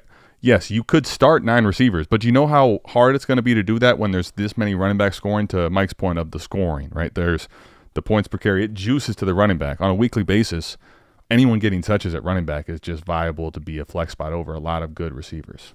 I would imagine, too, if you look at like average scores for running backs last year, probably a lot of them. He's saying the running backs are more scarce. And yes, I agree with you there. Mm-hmm. Oh, yeah. Yeah, definitely. But also, too, like just a running back who's getting, 15 touches in a game is probably putting up damn near 20 points in this format. Yeah, you're right, Trip Crown. I that's one of the things about it's hard to know when you're just reading a comment. But anyway, that was enough about that. Hopefully that helps you out with warp and all that. But yeah. I thought it was a fun discussion. Let's get this couple questions. Let's get them. We got scheduled to talk about too. We put it on the fucking thumbnail. Let's dive into that real quick, and then we'll get questions. All right. How about this, man? Schedule release: Thursday Night Football season opener. The defending Super Bowl champion Philadelphia Eagles hosts them bitch ass Cowboys. Let's fucking go. Are you excited for that one? Yeah, Eagles by 50. Go Birds. Yikes, Fizz! I haven't seen Fizz, by the way. He might be here. I find it. This is a good statement too. I find it so hard to balance the warp and the dynasty value in these type of leagues, and this is where I think a lot of it to me, Mike, is knowing your league. Mike, if this league, I would have 100% probably taken the receivers if I knew in this league it wasn't all the South Harmon people. Because I found in the leagues that I've tried to do this market push and dynamic, that works in the market where people still value that wide receiver high. Now, I'm not saying that they wouldn't necessarily here, but a lot of times I've found that I just get stuck with what's really high dynasty value. So a lot of this is kind of a psychology thing. You got to know who you're in the league with. Are they running the warp? If they're not, like I would have drafted them receivers for sure and look to flip them for a running back plus later on, right? Yeah. I didn't think that was going to happen here. Friday night, we get Kansas City at Los Angeles from Brazil. Dude, two nights in a row, pretty fucking sweet matchups for fantasy too, Not right? too bad. And then the other ones that I really cared about, Sunday Night Football Week 1, Baltimore, yeah. That's a great dude. All these are great matchups. Then it's going to be pretty sweet to see on Monday night, honestly, JJ versus Caleb. Yeah. We'll get to see if the Bears suck or not. At home. Are they good? Yeah, I guess the rest of it, like the rest of the schedule, I don't get too into the schedule. Like, you're going to see these, what do you want to call them? Listen, I think we're best ball guys, but we're dynasty best ball guys. I feel like we have to preface that because if we say we're like, like I've heard of like JJ Zachary's best ball bros or becoming a best, whatever the fuck that is, the underdog shit. Good for you people who like doing that stuff. Not really for me. I'm good. I'm a purist. I like dynasty best ball. not draft a team. Mike, I'm gonna do a dynasty best ball. Like if you want to start a league for a short video we put out here, because I think that's one of the things that we don't necessarily talk about for people that haven't played. The idea of a regular redraft dynasty or the regular redraft best ball league, Mike, is basically you go draft it and then you just leave it alone. In Dynasty, it's so different. We're not leaving it alone. The way you win is by making sure that you're hitting waivers and you're making sure your roster construction continues to mold very well. That's the way you win in best ball and Dynasty, honestly. Yeah. Well, my point was going to be a lot of people are going to put a lot of analysis into, and you're going to hear words like game stacks and that kind of shit, for the tournament portions and correlation, these matches, correlation. All these. Listen, I get it. There's smart people who do it. There's some people who win lots of money doing it. I don't really give a fuck at this point in May, Adam. Yeah. I don't know. I have a feeling of what teams are going to be good and what teams are not going to be good. I have a feeling of what defenses are going to be good. We're always horrible though at this. We literally even the best don't know, right? Eric and I, every fucking year, do a predictions podcast. And we give Super Bowls and who's going to be in the championship. I never Shout hit out that to shit E, at all. by the way, does great work and has great takes a lot. When I think it was you have Seattle, right, in the Super Bowl last year? 2 years ago you had like the Jets. Yeah, I mean, but like that's the thing. You go out on a limb and it sounds crazy a year or two removed, but Mike, it's also who saw the Lions. Who saw the Lions ever being good, Mike? The Lions. Yeah, I don't. Anyway, who saw them having the most desired offensive mind in the game, right? There's too much fucking variance to plan out what you're going to do in Week 17. Now, the only thing I do like to look at, Adam, is when's By-Mageddon? Like when we get fucked. This is what I like to talk about with the schedule. I kind of like it because of the Week 8. Week 5? Is it Week 5 starts the buys, by the way? Is that one? Yeah. Is that the first week? Okay. Week 8, we got 6 teams on bye. Detroit, Vegas, Rams, Cardinals, Seahawks, Jaguars. Ooh. So, Mike, of those teams you mentioned too, speaking of running backs in this league, all those teams, like you're talking Gibbs, you're talking Genty. You're talking the big names. And Kenneth Walker. Right. Fuck. Bashaw Tootin. Buddy. Bashaw Tootin.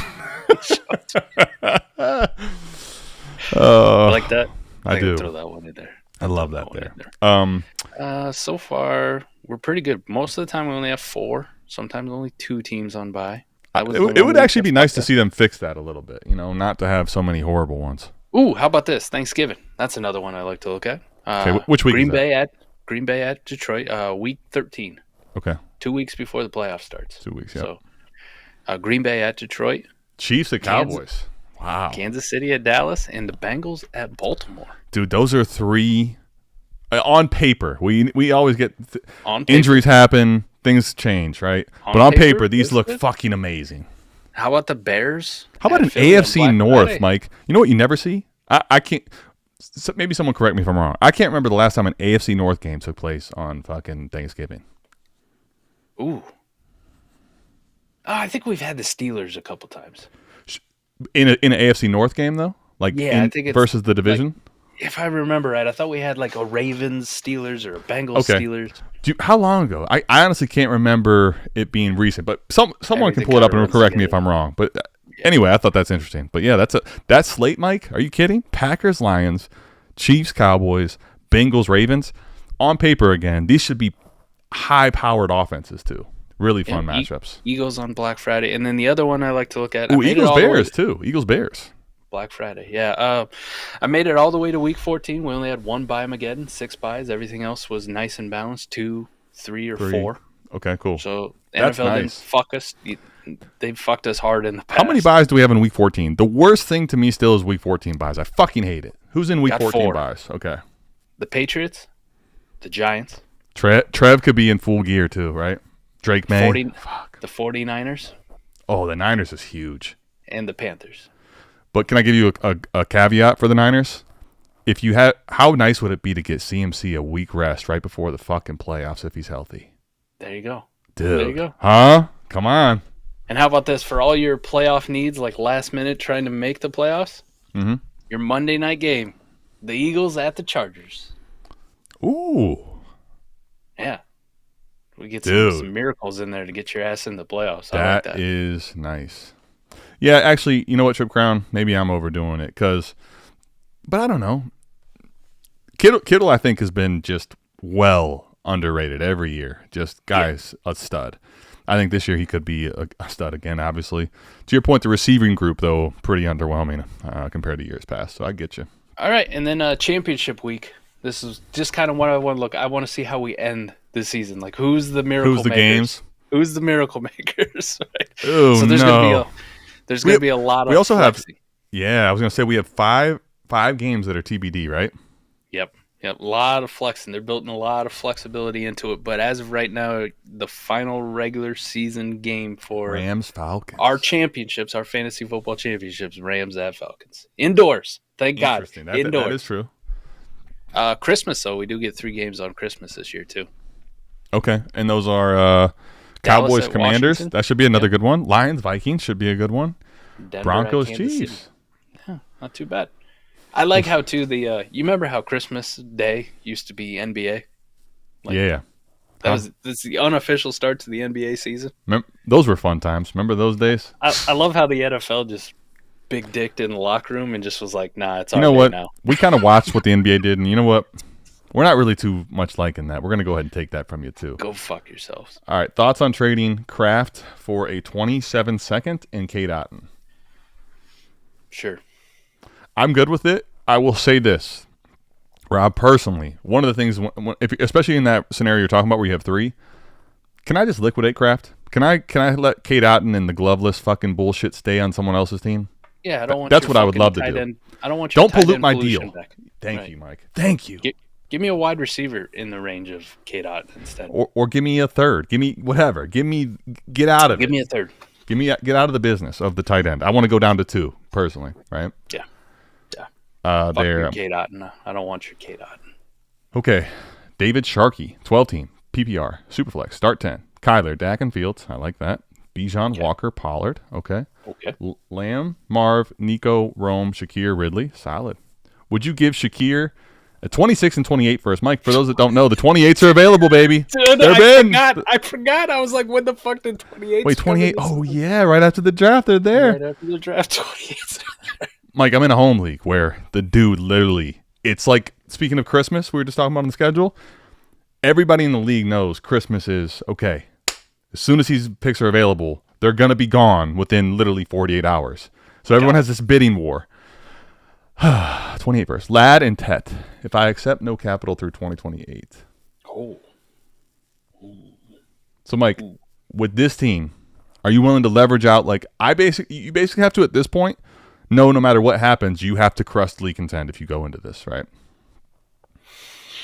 All right, so that said, it's Ladd and Tet. Yeah, start 10. It's start 10. There's going to be a tight end in there somewhere, so it's a start 9 now. Because he didn't list tight ends, but you just assume you got to put some shitburger in your tight end spot. If it's a 3-receiver league, which a lot of start 10s are 3 receivers, you can start up to 5. So we're going to start Kyler, Dak, a tight end. There's 3. I'm starting Bijan Walker and Tony Pollard, pretty solidly. Okay. So that's what, 6? Yeah, that would. Well, you got the 2 running backs and the 2 quarterbacks. That's now you're down to 6 plus a tight. Oh, well, I was just going to say the spots of running back, and then the tight end gets you down to now 5, right? So it would be down to 4, 3. If you have one of your flexes going to Pollard, you'd be down to 4 wide receiver spots. So Lamb, Marv, Nico definitely starting, and then I just need one more out of Rome, Shakir, or Ridley. Yeah. I would say with that type of analysis, right? It's a lineup league. I don't need that. You do need depth, right? You do need depth. I just don't need depth this badly to go give up all my draft capital through 2028 in fucking May. Okay. So my answer is, while yes, Shakir, a 26 first and a fucking first in 2028 to get Ladd and Tet. His tight end's in Njoku. Is a pretty good deal on the surface. Like listen, no context to it. Fuck yeah, take that deal. Team building wise and telling you that you're going to put yourself in a bind with no draft capital through 2028, like, and put yourself potentially in a pickle if something bad happens, I'd say I'm passing on this one for now. We good. So here's what I will tell you, Mike. Honestly, what you just said, I think makes a ton of sense, and I'm not even here to dispute it. What I think the main thing, and this is where I would like to use. You go over to that Warp tool, the same thing. Run it in your league. If the wide receiver line in your league, right, is basically okay, I should be starting. Let's say I should be flexing all these receivers out. If that's the scenario. Even then, right, you don't necessarily have to. But I think then what I would be looking to do, if you want to make this trade, I would need to know that probably ahead of time. Is the receiving line pretty damn good for the star ones? And then I think the play here, this is a 40 chess move for myself if I was doing this. If I was going to leverage out that, knowing I'm not going to have any picks. But, Mike, what I'm looking to do now is say, okay, I have Marv, I have Nico, I have Rome, I have Ladd, and I have Tet. I'm now looking to more consolidate to where can I have Lamb? Can I have Lamb and a Jefferson? Can I have Lamb and a Chase? Can I get myself into having where this now is rebuilt to the fucking tits? If I can do that, because this, you're not going to get there with the 26 and 28 first, right? So it's kind of understanding the market, and I think knowing your next move is the big splash play. If you think you can get that done and that can speak to someone in your league, I'd be willing to risk it. But I think to Mike's point, if I'm just sticking here and I'm like deciding between still Rome or Pollard or whoever in my last flex, I don't know if it's guaranteed to work, you know? Like they said, you take away all the context of this trade. You just said, hey, would you guys trade Shakir 26 and a 28 first for Ladd? Absolutely. The answer is yes. On the surface, it's too easy, right? Unequivocally, yes, right? Because I break this down and I go, well, shit, you know, it doesn't matter if it's Shakir in the 26 first. Listen, Shakir got the bag. I get it. But you take one of those first and Shakir, and it's Tet. Like, I still want Tet out of it. Or Ladd, like, right. Yeah, still want for Tet. sure. And then the other one, it's like a 28 first or Ladd or Tet. I don't give a fuck how you break it down. Whichever way you carve it, I want A and I want B, for sure. Now here's a smart thing. Like, if you're willing and you think you can still get some draft capital, you know, back, you know, maybe on a down tier or something else, you can buy back somebody else's picks or whatever. If it's that free willy-nilly, sure, just take the fucking value now. Yep. Spend the next couple months figuring out how to get some backup draft capital in case, something bad happens. Mm-hmm. Yeah, I mean, it's a tough one. Right now, I'd say no. I'd probably lean on listen, I'm gonna be a fucking Sally here, and I'm gonna say, I don't really want to push my draft capital. I hear you. You're like, no, I'm good, man. My problem is here. Can I tell you why I'm also a little bit more? Clearly, he doesn't have his 27 right now, so he's already kind of like in this spot of you've leveraged out future years. Yeah. Like, you obviously are wanting to do that. Like, you clearly, by putting this question up and putting your 28 in, that's what you're looking to do. If that's what you want to go do, fine. I think it actually can work out perfectly fine. And even if you don't make that move right away, I think this is one of the things I'm going to be doing a new video on. I want to talk about leveraging again a lot more. We do this a lot. Mike, right now, if you had Ladd and Tet on this team, to your point, if I'm looking at it from the standpoint of roster construction, right? Like, doesn't necessarily make that much sense. But what happens when the guy who has Jefferson or Chase or any of those Amon-Ra, right, the ones that I would like to tier up to, they get an injury to somebody else on their team, right? Now all of a sudden you can come with Ladd and Tet. You come over the fucking top and force them to get off of one of these elite receivers that you'd like to. But guess what? You can't necessarily do that right now. So you might have to play the patience game, just knowing that you are flush at the asset that everybody wants, which is top 12 wide receivers that are young. That's where you still have a ton of leverage to use later on. I think that's kind of the point. And David said the league's very trade happy, so he could easily get draft capital back if he's. Then I think Mike and I are probably a little more willing to go into this, right? Yeah. You know your league better than us. If they're very fucking trade happy and they just let fucking picks fly everywhere. Mike and I are always afraid because of the way we are. You ain't getting your pick back from me unless we're bending you over. That's the way we play. Adam and I have been in enough leagues where each one of us have been on the other side of rebuilding. And let's just so happen to say that I trade Steve over here, my first round pick. I know that Steve's probably going to be an asshole and then trade it to Adam in like a subpar deal.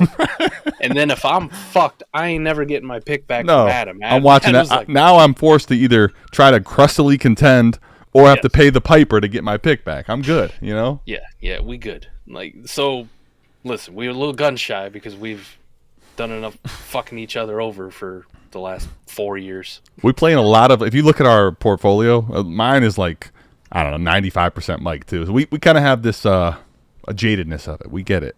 But if your league is different though, and you can get picks back, I'm way more willing to do that. The other thing about that type of a team, Mike, I think it would take. I'm going to call this. That's like a Titanic deal. The Titanic has to fucking hit a glacier for that thing to get to be an early pick. So I'd be okay with David. it. You convinced us. Go ahead, make the deal. Lean into it, baby. Let's do it. Any preference on an RB? I might trade back one pick for a flyer. Here we go. That's the follow-up question. But here he is on the clock. He may have already made this pick. Patty, have you already made the pick? We also have a super chat that's going to trump this. So, Patty, if you're still here and you're on the clock still, let us know. We'll come back to you. But it works this way. Money talks, baby. Money talks. Love the show, fellas. Appreciate you. 12 team. Start 10. Mike, you know what we haven't gotten yet? I don't even want to say it out loud. Knock on wood, 10 teams. I love this. 12 teams, start 10, super flex, half PPR, half tight end premium. Got May, Dak, Jettas, Nico, Rice, DJ Moore, Tet, Chase Brown, all one word. CMC, Aaron Jones, all one word. I love the running backs, all one word. Kelsey, Kyle Williams.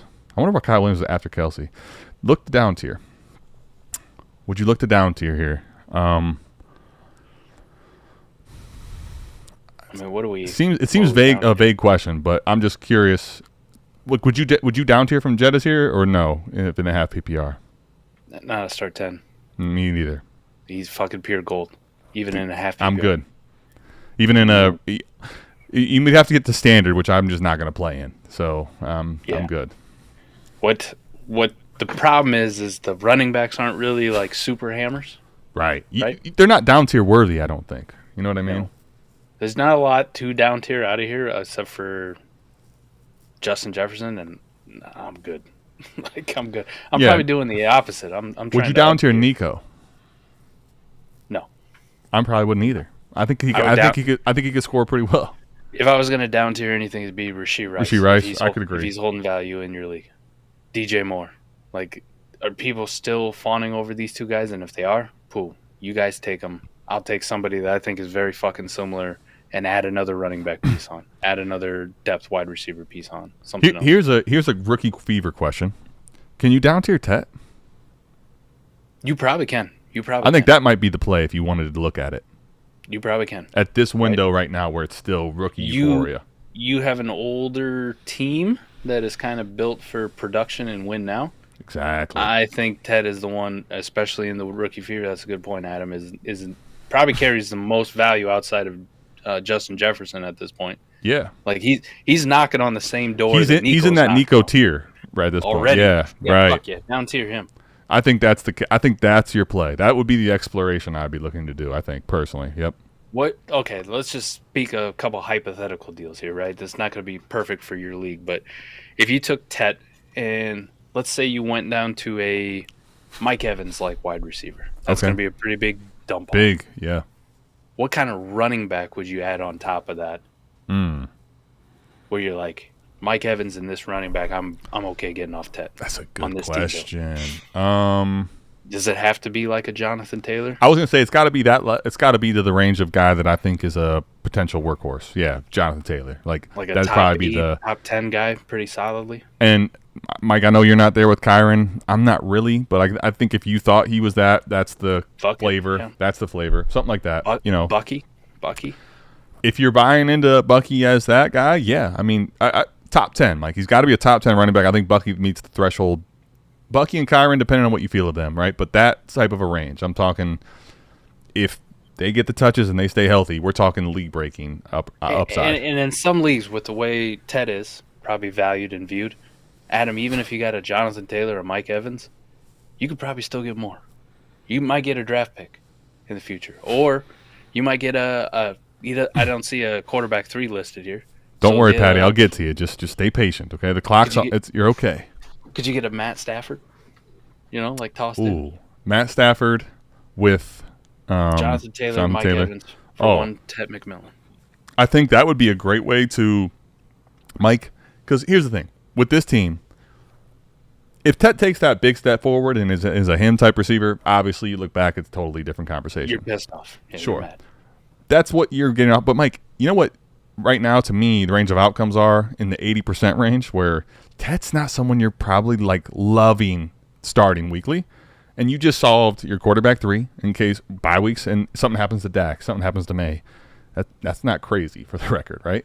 Then you have a huge running back 1 upgrade, and you kind of have that same, just for a year, Mike Evans slotting in for what would be Tet in your flex option. That's a great way to solve it 3 for 1. Obviously, the upside for Tet, it doesn't exist with those guys, but man, like you could end up with a wide receiver 1, a running back 1, and a very nice stable quarterback 3 in that trade, right? Man, once upon a time, Roma Dunze had a very good draft profile and got very good draft capital, and if you actively started him and forced him into your lineup, there was 2 weeks. 2 weeks he helped you. The other 2 weeks, the other season, he killed you. Yeah, 100%. We fucked you. So, like, not everybody comes out and is Brian Thomas Jr. or Malik Neighbors right out the fucking gate as a rookie wide receiver. We have super chats just coming in left and right. Aiden, appreciate the thing. Love the show. Hey, we love you. Okay, you got Dice on the trade show last week. Oh, Aiden, by the way, I've been meaning to get back to you in the DMs. I saw he sent me a DM, so. It's one of the long ones. It deserves a lengthy response. I've seen it. Looks like it might happen again, too. He's told me that he sent another trade in. We'll have to see if it makes the show. Curious for y'all's take on the offseason vet, value, depression, youth, ADV. But basically, I think this is a conversation of, at this point right now, Mike, do you think that the youth movement is getting to an extreme point in Dynasty we haven't really seen before versus the vet value depression at the moment? I think, like, in the moment, it always feels like this is the worst we've ever seen. You know what I mean? Like, we do this for everything in life. Not only that, but you ask somebody, hey, how's the country at this point? It's the worst the country's ever been. Like, how the fuck do we even exist? In the moment, it always seems like it's the worst. Right? Yeah. It's either the best or it's the worst. There's no real in between. Sure. Doing this long enough, that's why I got the gray in my beard. I think it's about the same shit that we experience every Mike, I had a lot more hair when I started this thing, I think it's about the same shit we see every damn year. I'll tell you. So I saw this, Aiden, and I thought about it. I haven't had a chance to truly like dig into it. But let me just tell you on the surface why I think I get where you're coming from, but at the same point I would push back. And I want to give you a context to this. Give me a second here to pull up the actual data for it because I want to customize the ADP. I want to go back to last year. So give me a second to do this. We're going to go to 2024. We're going to look at right now 2025 is running from in April. So we're going to go April 2024 to May. April to May? Yeah. And right, I got 2025's April to May already pulled Perfect. Up, so. Perfect. Okay. Because here's my thing, right? When I'm looking at this data and thinking about it, I think if this class was not a shitty class, Mike, on paper, I think you might have a case to be made. But I think the reality is the fact that the young rookies, I think will deter the idea behind what you're saying. And I think on the flip side, you might be saying, okay, well, look at all the sophomores. I do agree to an extent with that point. But, Mike, here's the thing. Let's admit, for whatever it's worth, the sophomores as a whole are coming off of historic seasons too. So there's some warranting of that. But anyway, a year ago, April 1st to May in 2024, all the way through May 31st, the first round had guys like Caleb Williams at 110 was the first rookie off the board, right? Then you saw Marv coming off the 201. You saw, where is J-Day? Not until round 3. Lord. Wish people would have listened on that. I know. 302 J-Day, 304 Neighbors. But Mike, just think about this for a second, right? In the case argument you have at the moment, the top 4 picks last year came off in the top, what would that be, 28 picks. Mm-hmm. Caleb Williams and Marv disappointed. Mike, where are they going right now in startups? Caleb Williams? Caleb and Marv, the guys that disappointed. They disappointed. Caleb Williams, 207. Okay. Marv, 303. Okay, so think about value retention insulation for a second there. Pretty good. 201 in a shit year, he's down to where Neighbors was going last year. Caleb sucked. He's still going where quarterback 11 was going last year. Not bad. How about the guys that went up? How about Jaden from 302 to 102, right? Is it 102? Yeah, there you go. He went up almost as high as you could. And then Neighbors is a first-round pick now. And Brock Powers. Right. Well, that's the other point. So you go to Brock Powers for the example that you used there. Like, I'm pretty sure. He was a 4th-round startup pick. 409. Now he's the 108. First-round startup pick. So I think here's the thing about it, right? Brian Thomas Jr., the 204. The vet value depression, I think, honestly, is no different than it's ever been. To that point, I think that's always existed and always been a cheat code if you can move for those players at the right time. One thing to keep in mind with those players, though, is if something drastic and horrible happened to them in the offseason, we don't talk about it as much. It doesn't happen as much. But, Mike, that's a cratered asset. That thing is dead in the water. The value insulation, I think, is why I would not really push back on this being the most extreme. But also to the point of this year's class, like if we saw this year 25 having like elite guys in it, I think you'd have a strong case to be made. But right now, go ahead and read the 25 rookies where they're going off the board. Like that, I would think would speak against the youth movement. Genty, first one off the board, 202. 202. Yeah. Last year we had 2 basically almost first-round startup picks, 201 and 110. Your 102 rookie 3rd round does not come 306, mid part of the 3rd. Damn. Mid fucking part of the 3rd. Is that Hampton or is that Cam? That's Hampton. Okay. That's Hampton. We don't get another one until Tet at the 402. Whew. Travis so you're saying the Hunter, 103 comes off in the 404. 4th. Yeah, there you go. The guy who just went 101 in the draft at the quarterback position was going at the 408. There you QB go. 15. So this rookie class like depressed it. You know, like Yeah. in the moment it feels like, oh my God, we've never seen a more depression on the vets and everybody wants youth and all the young guys. Now, last year's rookie class was just so good. The good guys are fucking pushed way the fuck up Right. to the moon. To the moon, they rose. But we still got some of the same old vets hanging around. You know, like CD Lamb didn't have that great of a year. Still 201 in startups. Just outside the first round. Amon-Ra's up there still. Saquon Barkley, you know, welcome to the mid part of the second round. 204. Well, 208? Jesus Christ. Well, Mike, here, let me give you some other ones that are kind of interesting to me. Okay, so we're gonna go to right now versus last year. This is where I think you could even further to the point where the value actually for the vets is higher than it's been in certain points. Mike, Derrick Henry at the moment is coming off at what? Ooh, he's got to be going a lot higher than he was last year because I got him in the 10th round last year. Damn, where the fuck are you, Derrick? 6th round, 602. Almost 5th round. Oh, this is a guy that was 712, 801 in ADP during this time last year. So just the one reason I want to use that as a highlight. Now, granted, he was unreal, and he was you could say he's a cyborg, whatever. It is almost universally impossible for guys that get to this range to go up in value at that age because it's already baked in they're supposed to produce, right? Like, yeah.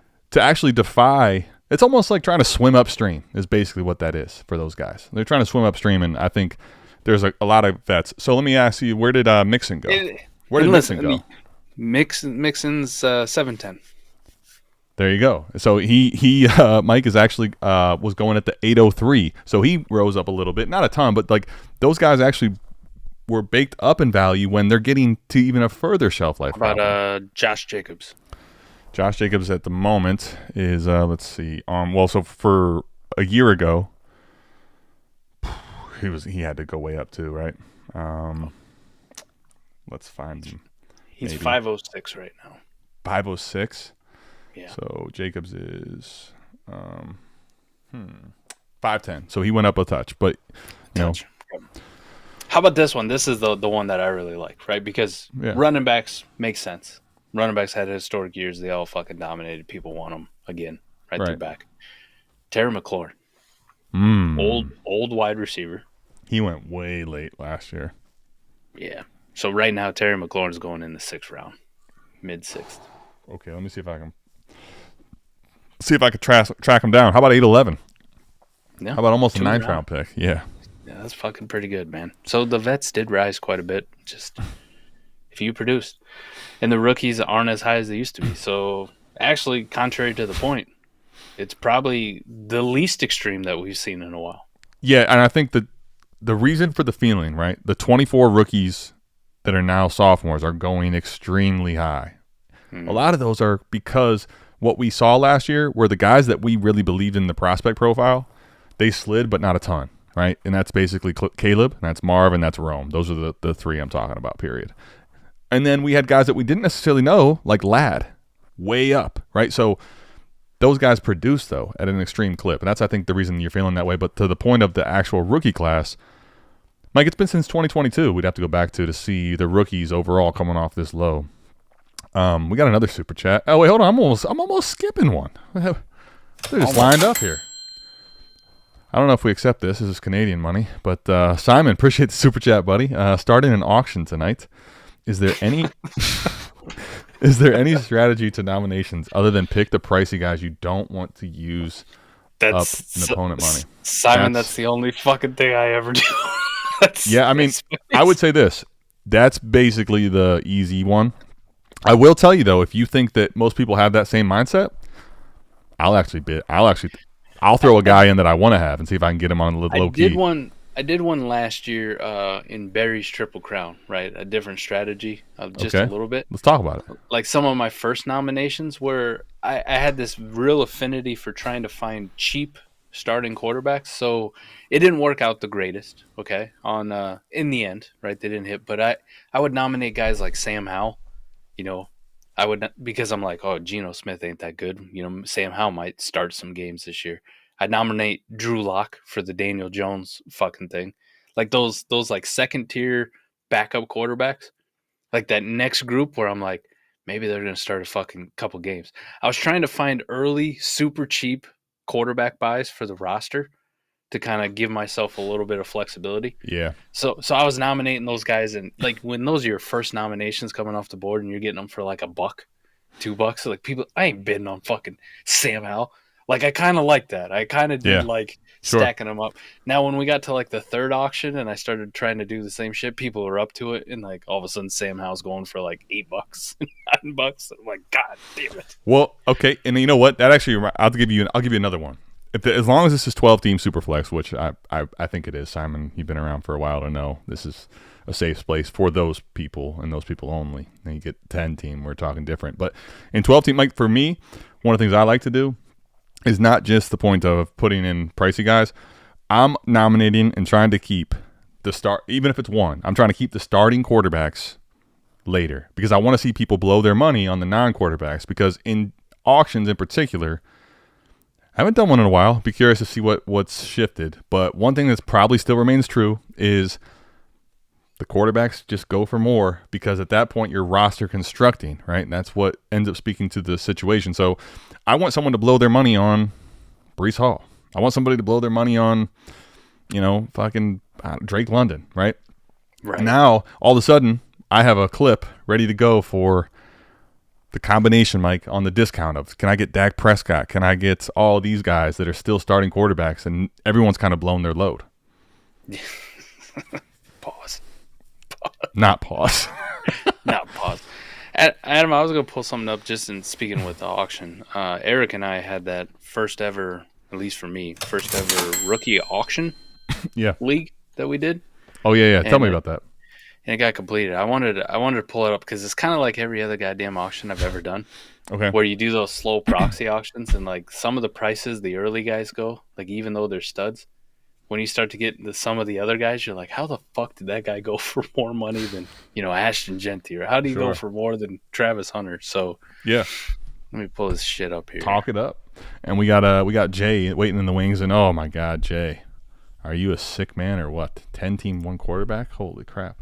What did he do? Can we refund him? Yeah, we should. I feel bad for Jay. God, I hate MFL. Said almost no one ever. How do you even see fucking draft auction? There we go. Auction I got rid result. of it, God.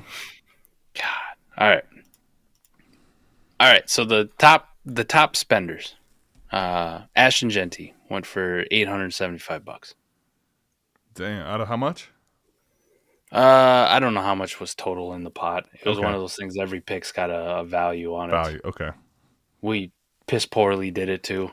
Like you were telling me about that. Yeah, you wanted to touch it up a little bit, refine real it. shitters like Matt Gomes had the most money just because he had a shit ton of 4th rounders and 3rd rounders. All right, so we at least have just overall numbers to go down the ranks. 875. Yeah. Okay. Cam Ward 708. Maureen Hampton 700. So actually, it didn't turn out as bad as I thought. Right. Travis Hunter went for 580. That seems like a little bit of a discount on Travie, though. Yeah. Not bad from Hampton to Travis Hunter. Right. $20 well, off. Tet to Travis Hunter, I would say that's the same tier, at least for me. I pick Hunter, but let's just say tier-wise it's the same. You're talking a $120 discount? And Tet only went for $319. Oh, wow. Here was some of the interesting ones, though. Colston Loveland, $455. Quinshawn, $453. Damn, those guys are going over Tet? Yeah. What? $445 for Trev. Mecca Buka, $342. I got you. Like you talk about it. These are the ones I liked, right? Mecca Buka went for $342. Adam, ahead of Tet. I got Matthew Golden for $170. Yo, it's like same shit, ain't it? Like both 1st-round wide receivers. Who gives a fuck? Don't get me wrong. I Just preferred give me the cheap Buka. one. I preferred Buka, but not to that price level. Hell no. For half off. Yeah. For 50 cents on the dollar. Here's what I fucked up, man. I spent $163 on Bayshall Tootin, so I'm really believing Bayshall. How much? Luther, $163, man. He went for the same as Golden? Wow. Yeah, dude. Wow. And Luther Burden goes for $107. Is there like a significant warp to the running back or something? This seems insane. Wow. No, it's just the fact we're doing a rookie auction. Nobody's ever fucking done it. Yeah, and people don't know what the fuck how to handle themselves. That is wild, though, Key, honestly. Tyler Shuck, $42. Someone lucked out with the Derek. Was this after the Derek Carr retire announcement already? It might have been while it was going on. Okay, all right. Because I was gonna say someone came up clutch with that. Yeah, clutch. I spent $122 on Terrence Ferguson. Holy shit, Mike! Dude, when you start to get down, especially with these nominations being so long, there were some values early. Here's the thing about auctions, especially proxy auctions. As soon as shit starts going off the board, and you're like the only one with money, like, what do you do with it, right? Like, am I really saving money so I can spend more on Shamir DK? But Mike, you know what? That's the same. This is the exact same principle I was just talking about earlier on the stream. If you go back and listen, the Rashee Rice thing and the full NFL that took place. I got lucky that Rashee Rice hit, Mike. But I was doing the same thing. It was like a late 3rd, and I had to blow $25. Which, Mike, I remember at the time it was like a player like Stephon Diggs, who at that point was way like leaps and bounds ahead of where Rashee Rice was valued, right? And that's the point you're talking about, where you end up with a hammer to do what with it, though? Terrence Ferguson? That was not what you were hoping for, right? I'm at the end of the draft, and I got all this money just laying around, and it's like, I guess I'm spending $20 on Jimmy Horn. Like, I wish I would have spent more. pumped up. The point is, you want to be patient, but not using your fucking hammer and your auction dollars is almost as worse, if not worse. It is. It's fucking terrible. So be aggressive, but calculated aggressive early is probably the best advice. But yes, 100%. As far as nomination goes, my only strategy, nominate all the guys I don't fucking want and make everybody else spend money on them. 100%. That's one of the fun things that I like to do. Mike and I remember we were in the early days of auction leagues. We were like the two people nominating we were the only two people not nominating top 10, 12 quarterbacks right off the rip. Yeah. And it's like, no, fuck that. How about this running back 2, maybe? See what happens here. It wasn't even that. Like, we'd pick the sexiest wide receiver that we had no interest in. That time it was because we were against the receivers. So here, let's pump these guys up. Run Jamar Chase all the way here, up. Jefferson, go have him. Kyle Pitts, get his ass out there. All right, Mike, here's your 10 team. He said, sorry, Mike, at the end I had to. And he also wants to know, can I win? No. Well, Mike would at least hope that you don't so that he doesn't have to keep answering these questions. 10 team, 1 quarterback, half tight end premium. Start 10. He's got J.D. May and JJ, which that needs to be JJM. For all those out there, I don't care if it's 1 quarterback or super. JJM, okay, until he proves a little more to me. Further notice. Connor, Najee, Tracy, Benson. Ooh, 1 quarterback. I don't like that room at all. At all. A.J. Brown, Nico, T, DK, Terry, Adams, Rome. Picks 109. Looking to upgrade at running back. Well, you're on to something there. You definitely need to upgrade at running back. Can you win? Not with this team. The problem is, Mike, in one QB, none of these receivers get you there. These are all to the point of, who was that? Aiden, I believe it was. These are the value depressed receivers, right? So at the moment they don't move. Except Nico. Nico and but Rome's even value depressed, right? Is the younger one. Rome is, yeah. So and 109 and 1 quarterback, 10 team, they ain't getting you there. I mean, you might get a Caleb. Yeah, well, maybe you could. There's enough dumb people who take tight ends too early. Right, where it's like, okay, in a half tight end premium because it's tight end premium. Yuck. Yeah. Oh, you know I what love that. Yeah. There's gonna be a Tyler Warren fan in there. Pelo's probably in that league. Could you get a Harvey or you could end up getting a Harvey or a Caleb there? Let me ask you though. Let's say those guys are gone. What do you do? Because that would assume that I would say you're looking at either an Igbuka or a tight end, right? In a 10 team, no. I'm using that pick, whatever the fuck I can, to try to get another running back. Who's going to sell me a vet, boys? Even if it's another, who Aaron can you Jones. target? Who can you target? Let's call this, for the sake of argument, Mike, basically like an early second in a, probably what you're looking at moving here. Just give me any. What can you get? What kind of running backs can you get for an early second that you'd be willing to target with that? You might be able to, right? Like, you think that the 109, the allure of the 109, even in a 10-team league, within a Booker or whatever, somebody trade you, what do we got in this range? Pacheco, Monty, Kamara. Yeah, I think definitely those you could get Mixon. I think I was just going to say, I think Mixon might be, if you just want to try to shoot the shot on one more year, right? We're playing in a small window. You might be able to get a Mixon, I think, realistically, of those guys you mentioned for that type of a price. I don't know what that team looks like, though. Because other than that, you're looking at sending the 109. You're not getting Jacobs. You're not getting. Well, you're looking at sending the 109 and Nico Collins to hope to God you can get Jonathan Taylor. And right. Get the fuck me. No, I ain't doing that. Well, this is where, so in general, 1 quarterback, so that's what makes it so tough is to me, the picks in Superflex, because of the quarterback allure and how important they are in Superflex, especially in 12-team, it makes I'd lean the picks almost generically on the face value of close, right? I'm leaning picks. 1 quarterback, especially 10-team, but 1 quarterback period, Mike, I'm I want the players. I want the players because if it's a late pick like this, I'm just as limp as it could be, I'm limp biscuit over here. It's bad. Yeah. Can you win? I mean, Jay, you're in Savage, so we'll help you out here, but we got a long way to go, my friend. Got a long way to go.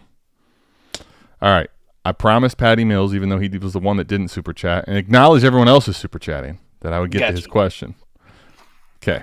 All right. This is how we're going to finish it with on Patty the clock. Mills. This is our finishing move. Finish him. It's a big finale. Finish him. Fatality. Mike. All right, 14 teams, start 9. I skimmed through this already, and the answer is fucking yes. Okay. I remember there was a question. I think it was Harvey. It's Harvey just went. So it's either Caleb Johnson or Jackson Dart with this squad. I remember right. Yeah. Right. So he's got these quarterbacks already. He's got run. I don't give a shit. I don't need that context. It's a 14-team Superflex start 9. He's on the clock at the 111. Jackson Dart's on the board. Jackson Dart should have gone fucking 5 picks earlier. Yes, you just take Jackson Dart. Yeah, I think. Well, the other thing, Mike, is okay. So obviously, right, you're going to be starting Jaden and Lamar, no question. And even when Dart's available, if he is this year, we don't even know if he's going to play, right? Right. But this is again talking about where I want to do that video on leveraging, Mike, because one of the things about leveraging, right? One of the things you see in a rookie draft, one of the things you see in the way people trade, basically, to me, it's like you don't even know what you're missing in leveraging because you want it now and because you want to have your roster in a certain way, right? So, like, yes, on the surface, Caleb Johnson goes in. Like, if you're telling me at this running back room, you'd be looking at Henry, Chuba, and then Caleb Johnson certainly would be your flex. So, okay, I get it. But what can Jackson Dart, as the starting quarterback for the Giants, get you at the running back room when he's available as a starting QB? I would argue that unless Caleb Johnson becomes something way higher than we think ceiling-wise, yeah, he's going to get you that's going to net you a running back in the range of production of Caleb and some other plus to where you get a 14 team, even though it's start 9, you can go get a legit starter with that type of a value, right? Someone needing a quarterback in Superflex in 14 team, I'm talking about starvation, Mike. I'm talking about back in the day. People don't even know what that type of starvation is like. Rationing. In a 12-team league right now, we saw a couple games from Michael Penix last year. We saw absolutely no games from J.J. McCarthy other than a preseason game, right? Sure. Both those guys are 6th-round picks. In a 12-team league, Adam. In a 14-team league, those dudes are going in the 3rd round, 4th round? Yeah, I mean, probably late 3rd, early 4th. 3rd, 4th round. Running backs in that range right now. Actually, I'll run it with a 14 team just to see what it says. Yeah, there you go. Yeah, it's dude. Once Jackson so Penix is so actually just in 14 team.